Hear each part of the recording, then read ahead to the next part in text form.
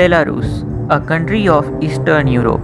Until it became independent in 1991, Belarus, formerly known as Belarusia or White Russia, was the smallest of the three Slavic republics included in the Soviet Union.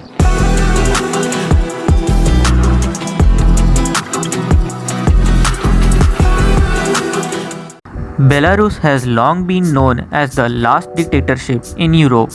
Since 1994, when Alexander Lukashenko won his first presidential ballot, not a single Belarusian election has been recognized by the West as free and fair.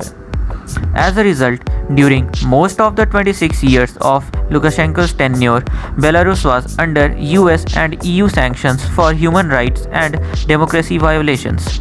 However, in spite of numerous crackdowns on the opposition in the past, the Lukashenko government managed to preserve overall internal stability, which was also important for regional security given Belarus's strategic place between East and West.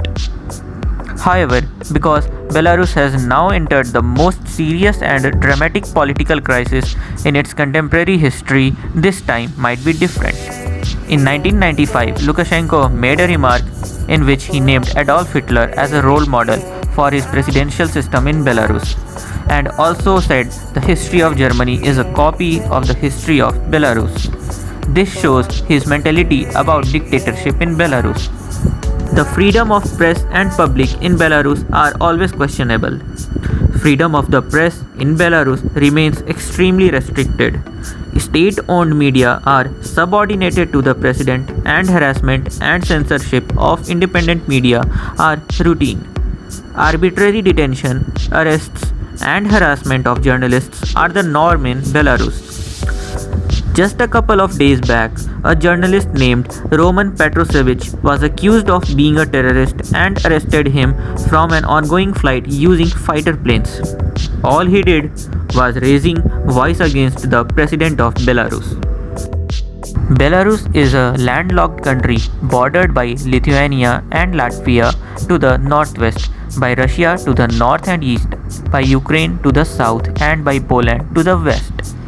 Russia remains the largest and most important partner of Belarus both in the political and economic fields. Due to strained relations with the United States and the European Union, as well as occasional high-level disputes with Russia over prices on core imported natural resources such as oil and gas, Belarus aims to develop better relations with countries in other regions like Middle East, Asia, and Latin America.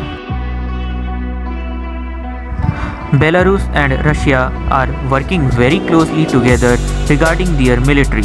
In the event of an attack on Belarus, the country would take the air while Russia takes over the operational command of land forces. The armed forces of Belarus would be led by a joint command that of a Russian general of the group of Russian troops in Kaliningrad is directed. The armed forces of Belarus consists of army and aeronautics, all under the command of Ministry of Defense of the Republic of Belarus. Currently, the Defense Minister of Belarus is Colonel General Leonid Maltsev. And being a landlocked country, Belarus don't have a marine.